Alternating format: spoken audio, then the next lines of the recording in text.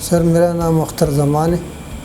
मैं रात को 3 बजे के टाइम पे लिफ्टर के साथ जा रहा था तो लिफ्टर अचानक मेरे टायर उसके पाँव के साथ लगा और फिर उन्होंने उठा के मेरे को कंपनी वालों ने, बदरुद्दीन के नाम से कंपनी है, तो उस लोगों ने मेरे को उठा के ट्रामा सेंटर ले गए।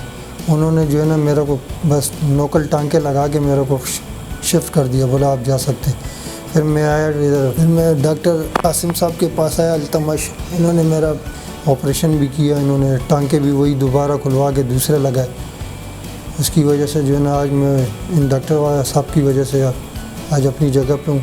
मैं professor doctor Tayyab Asim, consultant orthopaedic surgeon in Altamash general hospital. अच्छा, ये हमारे बहुत ही अच्छे पेशेंट हमारे पास लास्ट वीक आए थे और ये थोड़े से बिट कॉम्प्लिकेटेड क्लिनिकली हमारे ER में प्रेजेंट हुए late evening early hours on that night को। अच्छा, ये किसी कंपनी में काम करते हैं, वहाँ पर इनकी फोक लिफ्ट इनके ऊपर गिर गई और किसी भी ये एक लोकल पब्लिक हॉस्पिटल में चले गए और वहाँ पर इनकी इनिशियल ट्रीटमेंट ली गई। अच्छा, मैं जो ये बताना चाह रहा हूँ वो ये कि इनके साथ थोड़ा सा जो ट्रीटमेंट मिली, इनिशियल ट्रीटमेंट मिली जो दूसरे हॉस्पिटल में, वो इतनी एप्रोप्रिएट नहीं थी जैसे कि होनी चाहिए। अच्छा, ऐसे पेशेंट जो कि फुट इंजरीज़ के साथ हों उनको बहुत एहतियात करनी चाहिए, क्योंकि इसके अंदर high chances of complication, high chances of जो है वो गैंग्रीन और एम्पुटेशन के हो जाते हैं। अच्छा, अब वहाँ पे जो ट्रीटमेंट जो दी होगी, जो उनकी एक्सपर्टीज़ हैं, और वो एक्सपर्टीज़ में उन्होंने इसको किसी भी ऑर्थोपेडिक सर्जन को या किसी सीनियर सर्जन के बगैर उन्होंने इसको क्लोज़ कर दिया, यानी स्टिचेस लगा दिए गए। और ये पूरा आप देखें, ये इनका ऑपरेशन से पहले का है।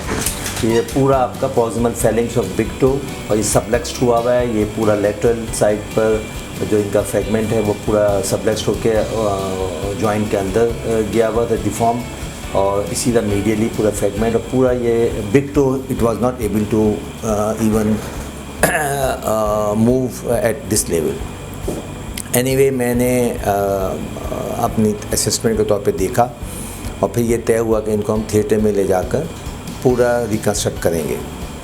खैर, एनीवे, नेक्स्ट डे इनको हम थिएटर ले गए और थिएटर में लाने के बाद असल मेरा मसला उसका नहीं था।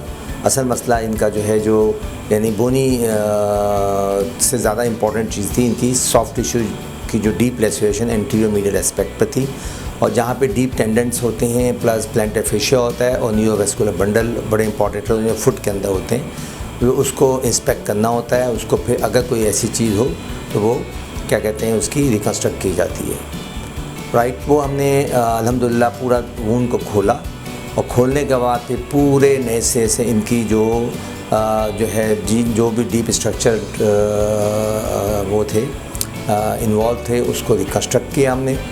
और सिमिलरली फिर हमने इनका जो बिग टो का जो फ्रैक्चर, जो कंपाउंड फ्रैक्चर था, उसको भी पूरा सर्जिकली क्लीन किया और उसके बाद फिर ऑर्थोपेडिक पॉइंट ऑफ व्यू से उसको जो है उसकी अपनी पोजीशन पे लेके आया और उसको हमने 3 के वायर से कर लिया। आप देखिए वो जो फ्रेगमेंट था lateral end of the first web space के ऊपर इस साइड पर और प्लस मीडिया, ये पूरा रिकन्स्ट्रक्ट होकर दोबारा अपनी हालत में आ गया है। उसको हमने ये वायर्स लगा दिए और ये it will be there for atleast 4 to 6 weeks. पूरे सिनेरियो का मकसद सिर्फ हमारा न सिर्फ टीचिंग है बल्कि एक जनरल पब्लिक को हमें अवेयर करवाना है।